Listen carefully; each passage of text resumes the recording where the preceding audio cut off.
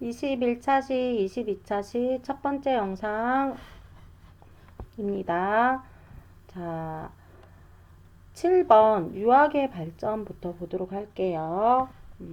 유학의 발전은 자, 나중에 유교가 정교화가 되면 이거를 유교라고 부르기도 하죠. 유교. 자, 유교가 중국의 정치 사상으로 발전하게 되는 계기가 된 인물이 한무제죠. 한무제 선생님이 무조건 시험 문제 나온다 했어요. 별거 5개짜리. 근데 한무제한테 유교로 나라를 다스려야 돼요. 도덕적으로 나라를 다스려야 돼요. 라고 건의한 사람이 누구냐면 동중서라는 사람이에요. 동중서. 자, 이 동중서는 진시황제처럼 번가로 통치를 하면 백성들이 무서워서 따르는 데에는 한계가 있다. 황제를 자발적으로 충성하게 만드는 부모와 같이 황제를 모시게 되면 자발적으로 충성하는 유교를 가지고 이렇게 나라를 통치해야지만 나라가 오래 갈 수 있다라고 해서 국가의 통치 이념으로 삼죠. 이것도 어쨌든 유교를 통치 이념으로 국가의 통치 이념으로 삼는 거는 여러분 선생님이 세상에서 제일 무서운 게 그거라 그랬잖아요. 억지에 의해서 누군가에게 충성하는 것보다는 이렇게 마음에서 진심에서 우러나서 충성하는 게 최고의 방법이라고 그랬죠. 그래서 유교 자체를 국가의 통치 이념으로 삼는 거는 황제권 강화라고 볼 수 있다고 했어요. 여러분들 꼭 적어 놓으라고 하고 친구들한테 이거 적어 놓으라고 알려주세요. 그래서 그러면 도대체 사람들이 유교를 가지고 나라를 통치를 한다고 하는데 이 유교가 뭔지 알아야 될 거 아니에요. 그래서 이 유교를 가르치는 교육기관이 들어서기 시작하겠죠. 이때 수도가 장안이었는데 장안에 그러니까 오늘날 대학교 정도의 교육기관인 태학이라는 게 설치가 돼요. 그래서 여기에서 유교를 가르치는 거예요. 대학 수준의 교육관에서 이걸 우리나라 고구려도 똑같이 태학을 설치해요. 한 나라를 따라서 고구려도 나중에 중국을 따라서 태학이라는 유교 교육기관 그러니까 최고라는 거는 가장 높은 수준의 교육기관을 얘기하는 거예요. 태학을 설치해서 유교를 가르쳐서 그리고 이제는 이 유교를 가르치는 학교를 설치하고 그다음에 이렇게 유교 서적이 5경이 있어요. 시경, 서경, 주역, 예기, 춘추 각각 시경 박사 서경 박사, 주역 박사, 예기 박사, 춘추 박사. 그러니까 대학교 교수님급이겠죠. 대학 교수님을 초빙해서 태학에서 자, 이렇게 유교를 교육시켜서 유교를 가지고 나라를 다스렸다. 그리고 여러분 이 유교를 배우다 보면 자발적으로 임금에 대한 충성심이 생겨요. 이렇게 공부를 하다 보면. 자, 그래서 유학의 지식과 소양을 갖춘 관리, 이렇게 유교 공부를 잘하는 사람을 관리로 선발을 했겠죠. 그러니까 나라를 다스리는데 여러분 항상 머리가 똑똑한 사람들이 필요해요. 그래서 모든 사람들이 이때 당시 많은 사람들이 국가 관리가 되고 싶어 하죠. 이게 출세의 지름길이니까. 그래서 출세를 위해서 유학 공부가 필수화된다. 이 유학 공부가 필수가 되면서 모든 관리의 머릿속에는 황제에 대한 충성심도 이렇게 자라나겠죠. 자, 그리고 자, 그러면 시대별로 발달하는 뭐 훈구학, 성리학, 양명학 이렇게 중국의 유학의 발달의 뭐 이름이에요. 유교의 이름. 근데 이때 당시에 그러니까 한나라 때 발달했던 유교의 이름을 뭐라고 부르냐면요.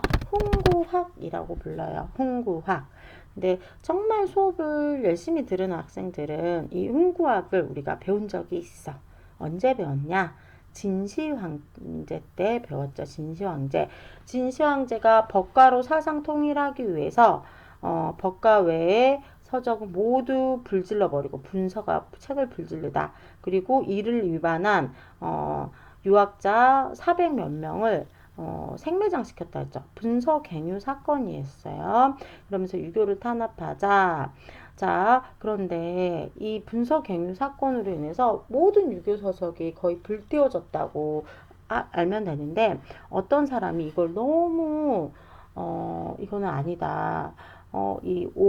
유교의 공자의 말씀을 남겨야 된다 하고, 어떤 사람이 집을 지어서 집을 이렇게 지어가지고 이렇게 있으면 여기를 이렇게 반절로 이렇게 나눴대요. 그리고 여기가 문이 있고, 근데 여기에다가 벽을 만든 거예요. 벽을. 그래서 딱 집을 문을 열고 들어가면 이게 그냥 이 집의 끝인가 보다 하는데, 이때 당시에는 대나무를 둘둘둘둘둘둘 마른 이런 유교책이 대나무를 이렇게 연결해서 만들어서 부피가 되게 컸거든요.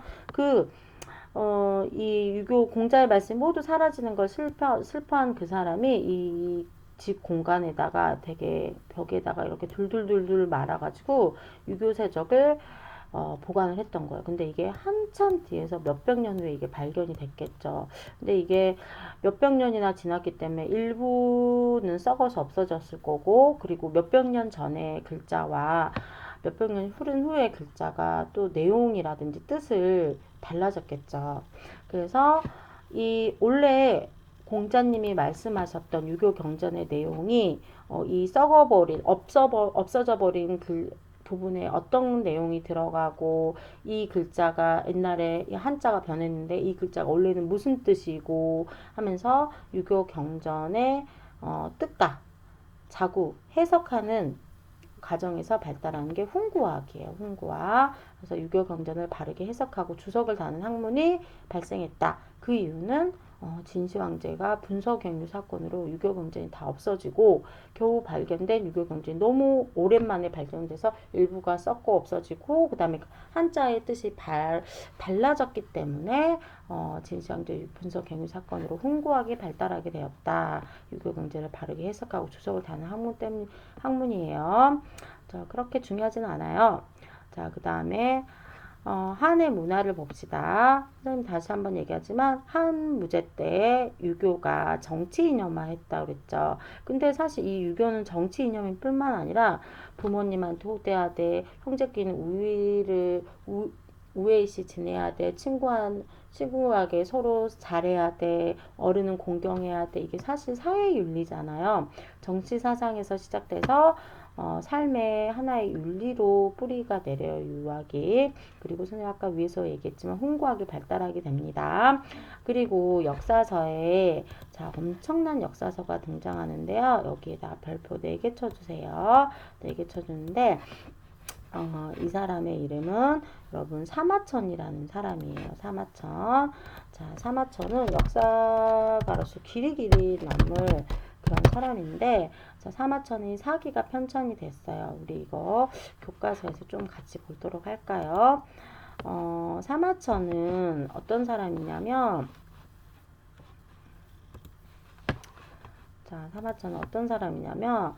한부제 때 사람이에요. 근데 사마천의 친구가 흉노에게 투항을 했어. 그래서 이거를 변호를 해주다가 한무제가 화가 나서 이 친구뿐만 아니라 사마천한테까지도 궁형을 내려요. 궁형이라는 거는 뭐냐면, 여러분 남자의 중요 핵심 부위 있잖아요. 거기를 잘라버린 거예요.